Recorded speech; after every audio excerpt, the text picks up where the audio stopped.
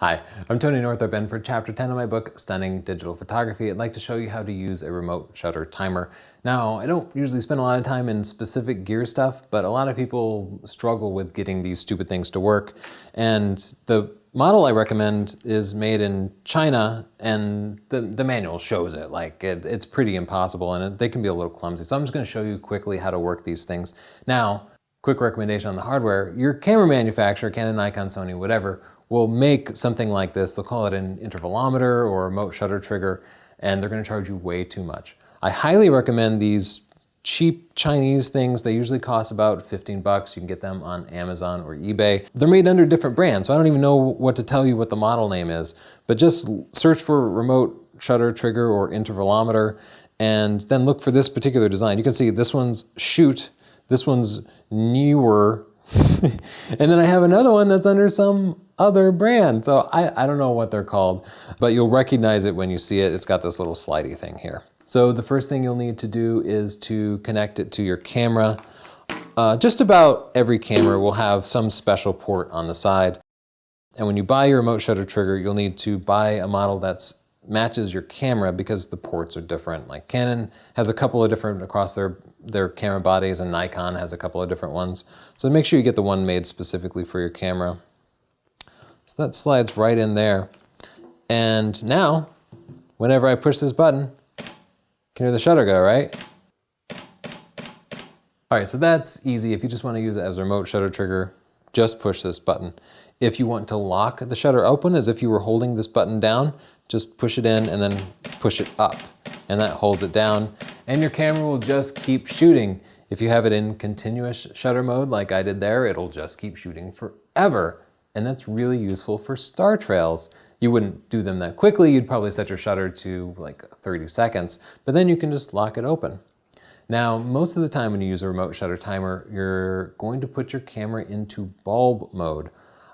Bulb mode is such a ridiculous name because I don't know whenever they came up with this bulb shutter trigger like in the 50s or something, but it would look like a bulb and you would have to squeeze it and just hold it, and as long as you held it, it would keep your shutter open. So they still call it that. But really it means lock it open as long as you have it open here. And you can put it into bulb mode, and then look, I'll just do it on the camera here. Hold it down, the shutter opens. I let go, the shutter closes. Open, close. But you don't want to stand there for a 5-minute shot with your finger on your camera, right? Well, it would be uncomfortable, but also you'd probably shake your camera around trying to keep your finger on it. So what we'll do is we'll use this to trigger the bulb mode. So it'll work the same way. I've got the camera on the B mode here, it's in bulb mode, and then I can just hold this down. It's beeping because there's a timer going, and let go. So if I wanted to do a 10-second thing, the easiest thing to do would be just to lock it open, count in my head, 1 Mississippi, 2 Mississippi, and then when it's done, shut it off. And there I have a 10-second exposure.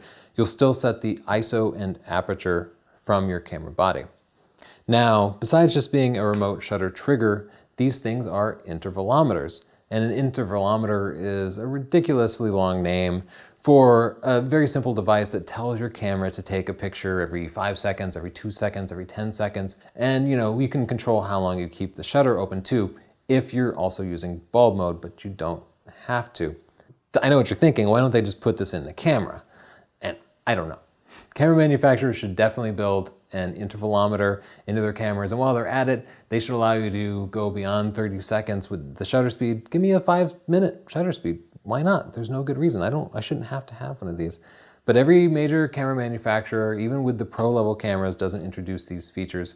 If you have a Canon, you can check out the Magic Lantern series and get this built into the software on your camera if you decide you're daring enough to do that. So let's check out the intervalometer features of this.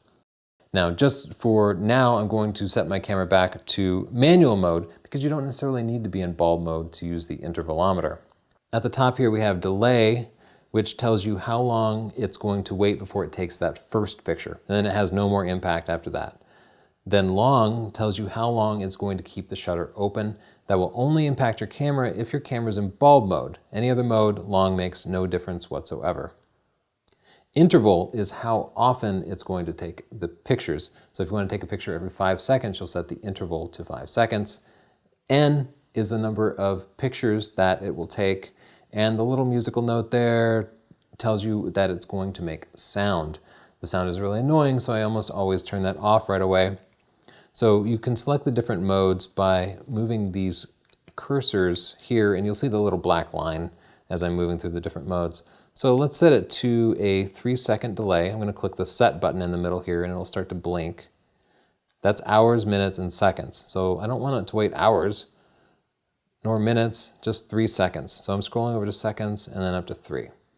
Now I'll click set again, scroll over to long, and this will tell me how long my shutter speed is going to be. That's the seconds. So let's do a 2-second exposure. Now, how often do I want to take a picture? Let's say I want to do it every 5 seconds. And how many pictures do I want to take? You can go down to where it just shows dashed lines like that, and that means it'll keep taking pictures forever. Or you can go up to specify a certain number of pictures. So I'll have it take 4 pictures. And finally, I'll leave the music on just for your own entertainment. Now, before I start this, I'll show you that there's a light button here. That's useful when you're doing night photography. And this button over here starts it. So a lot of people want to push this big button when it's time to actually start their intervalometer, but this is only for directly controlling the shutter. If you want to start the intervalometer, you push timer, start, stop. So you do that and it'll count down 3, 2, 1.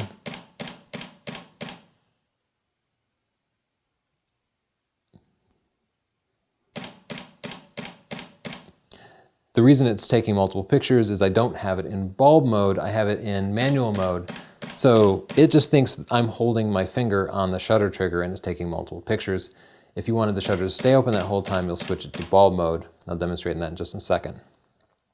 So if you wanted to stop before it finishes, just hit that timer start stop again. So I'll switch to bulb mode just to demonstrate that one more time.